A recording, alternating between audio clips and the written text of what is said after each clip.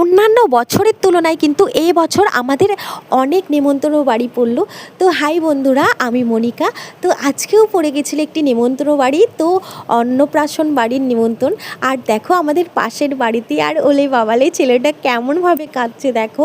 কারণ কাঁদারই কথা, বাচ্চারা না অন্নপ্রাশনের সময় অনেক কাঁদে, কারণ এত ভিড় ভাট্টা আর ওদেরকে সবাই কোলে নেয়, এগুলো ওরা পছন্দ করতে চায় না। তো তাই কারণেই ওরা এত কাঁদে, বাচ্চাটা খুবই কাঁদছিল। আর এদিকে আমাদের মস্তানগুলোর দেখো কোনো চিন্তা ভাবনাই নাই, মানে বাড়িতে জানা করে এখানে এসে আরও বেশি বেশি বদমাইশি করছে। তো তারপরে আমরা সবাই স্টার্টার খেতে শুরু করে দিয়েছিলাম। স্টার্টারে ছিল ফুচকা, দই লস্যি, আর ছিল কফি, পকোড়া। আর তারপরে স্টার্টার খেয়ে আমরা মেন কোর্সের জন্য চলে এসেছিলাম প্যান্ডেলের ভিতরে। আর এদিকে দেখো সবাই বসে পড়েছিলাম।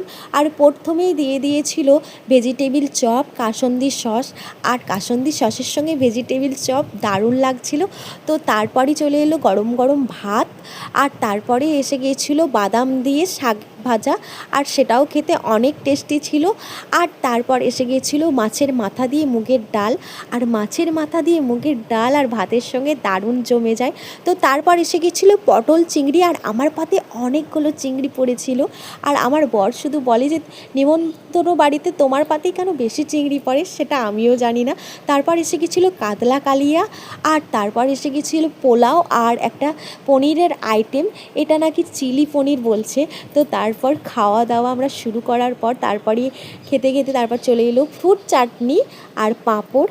তারপর এসে গিয়েছিল পায়েস, মিষ্টি, সন্দেশ, আইসক্রিম, পান মশলা। তারপরে বাচ্চাটার সঙ্গে দেখা করে আইসক্রিম নিয়ে দুটো হাতে করে বাড়ির দিকে রওনা